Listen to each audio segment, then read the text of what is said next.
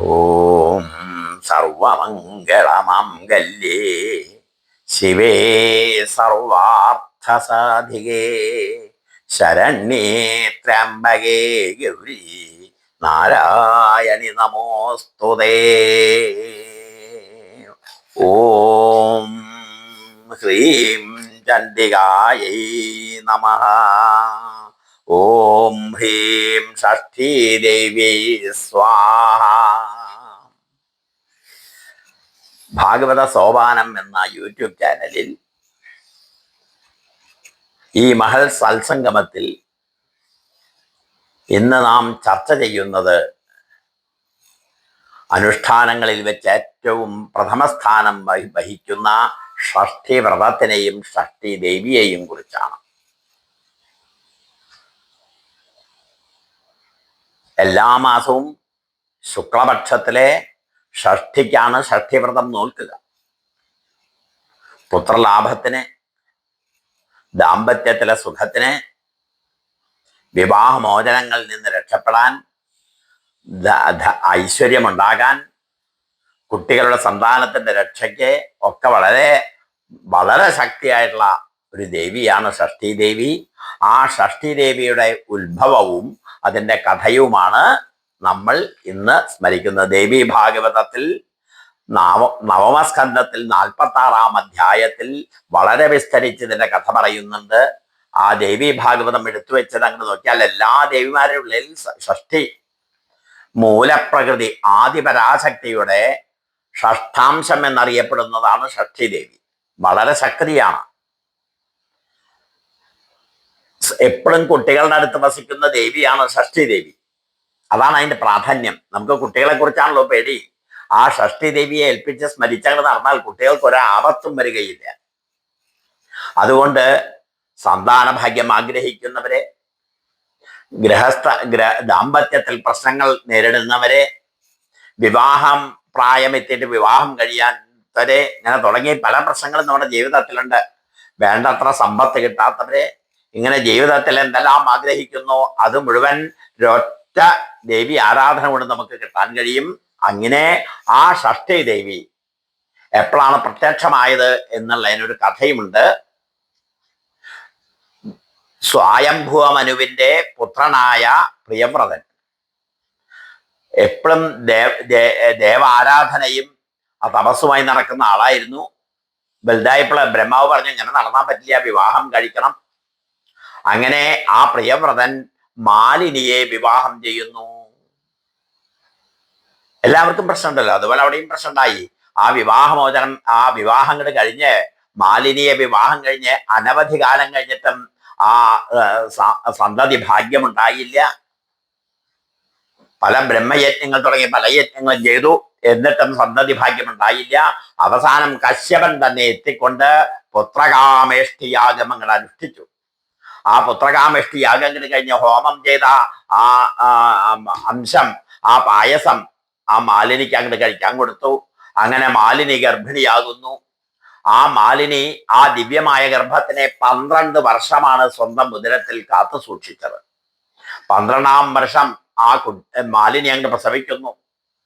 നിർഭാഗ്യമെന്ന് പറയട്ടെ, ആ മാലിനി പ്രസവിച്ച കുട്ടി മരിച്ച് ചാവിള്ളയായിട്ടാണ് പുറത്തേക്ക് വന്നത്. അത് കണ്ട് അവിടെയുള്ള എല്ലാ സ്ത്രീകളും പൊട്ടിക്കരയാൻ തുടങ്ങി.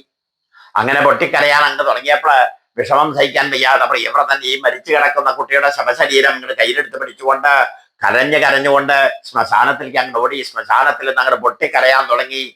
ആ കരച്ചിൽ കേട്ടിട്ട് ആ കുട്ടികളുടെ നാഥയായ ഷഷ്ഠി ദേവിക്ക് സഹിക്കാൻ കഴിഞ്ഞില്ല. അവള് ആ ഷഷ്ഠി ദേവി ഒരു വിമാനത്തിൽ, കനകമയമായ ഒരു വിമാനത്തിൽ ഇങ്ങോട്ട് വന്നിറങ്ങി. ആ വിമാനം കണ്ട് അറിയാതെ പ്രിയവ്രതൻ ഒന്ന് നോക്കിപ്പോയി. എന്തൊരു സൗന്ദര്യം വിമാനത്തിന്! അതിനുള്ളിലേക്ക് നോക്കിയപ്പോൾ അതിനേക്കാൾ സുന്ദരിയായ ഒരു സ്ത്രീരത്നം അതിൽ ഇരിക്കുന്നു. വേഗം പ്രിയവ്രതൻ അടുത്ത് എന്ന് ചോദിച്ചു, ആരാണ് ആ ഭവതി? ഉടനെ പറഞ്ഞു, ഞാൻ ഷഷ്ഠി ദേവിയാണ്. എല്ലാ ബാലകന്മാർക്കും രക്ഷ നൽകുന്നതും ആയുസ് നൽകുന്നതും ഞാനാണ്. ഈ എന്നെ ആരാധിച്ചാൽ നടക്കാത്ത ഒരു കാര്യവുമില്ല. അതുകൊണ്ട് നീ പേടിക്കണ്ട.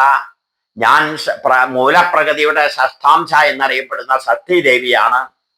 അതുകൊണ്ട് നീ ഒട്ടും പേടിക്കേണ്ട, ആ കുട്ടിക്ക് ഞാൻ ജീവൻ നൽകാമെന്ന് പറഞ്ഞ് പ്രിയവ്രതന്റെ കയ്യിൽ നിന്ന് ആ കുട്ടിയെ ഇങ്ങോട്ട് വാങ്ങുന്നു. ദേവിയുടെ ഹസ്ത സ്പർശങ്ങൾ ഉണ്ടായപ്പോൾ ഉടനെ തന്നെ ആ കുട്ടിക്ക് അങ്ങോട്ട് ജീവൻ വന്നു. ആ കുട്ടി ചിരിക്കാൻ തുടങ്ങി, പൊട്ടിച്ചിരിക്കാൻ തുടങ്ങി, ആ കരയാൻ തുടങ്ങി. അതാണ്ട് കണ്ട് ദേവി ഉടനെ തന്നെ വിമാനത്തിൽ കയറി പുറപ്പെട്ടപ്പോൾ പ്രിയവ്രതൻ ചെന്ന് പറഞ്ഞു, കൊണ്ടുപോകരുതേ, ആ കുട്ടിയെ എനിക്ക് തരണമേ, എത്രയോ കാലം കാത്തിരുന്നിട്ടാണ് ഒരു കുട്ടി ഉണ്ടായത്, തരണേ എന്നങ്ങ് അപേക്ഷിച്ചപ്പോൾ ദേവി ചരിച്ചു, തരാം, പക്ഷെ ഒരു കണ്ടീഷൻ ഉണ്ട്, ഒരു ഉപാധി ഞാൻ പറയുന്നു. എന്നെ ഈ ഭൂമിയിൽ എല്ലാവരും ആരാധിക്കണം. പ്രത്യേകിച്ച് ഷഷ്ടി ദിവസം, എന്നെ ശുക്ലപക്ഷത്തിലെ ഷഷ്ടി ദിവസം എന്നെ എല്ലാവരും ആരാധിക്കണം. വാക്കുകൊടുത്തു ആ രാജാവ്. അങ്ങനെ ആ കുട്ടിയെയും കൊണ്ട് സ്വന്തം കൊട്ടാരത്തിലെത്തി. അന്നു മുതൽ ഈ ഷഷ്ടി വ്രതം ആരംഭിച്ചു.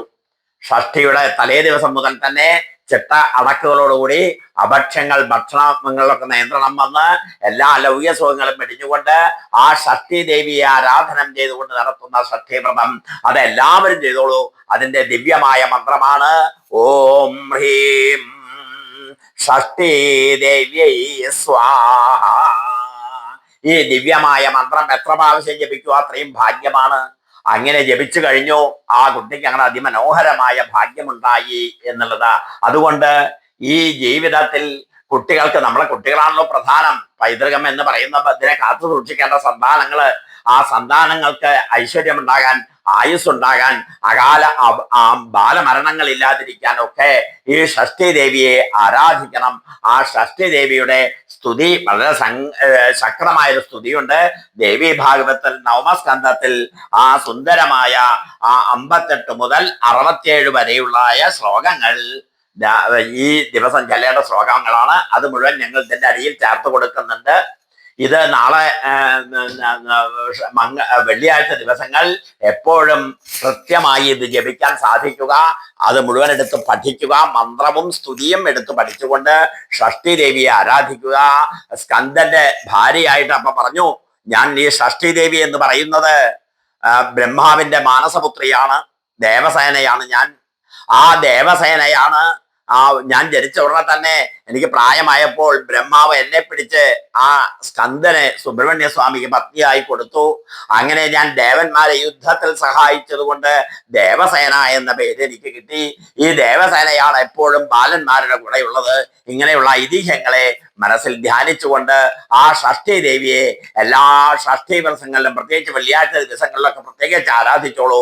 ബാലമരണങ്ങൾ ഉണ്ടാവുകയില്ല, ബാലന്മാർക്ക് സുഖമാകും, ഗർഭം ധരിക്കാത്തത് ഗർഭം ധരിക്കും, സന്താന ഭാഗ്യമുണ്ടാകും. അതുകൊണ്ട് ഈ ഷഷ്ടി വ്രതത്തിനെ മനസ്സിൽ ധ്യാനിച്ചുകൊണ്ട് ഇത് ഭക്തജന സമക്ഷം സമർപ്പിക്കുന്നു.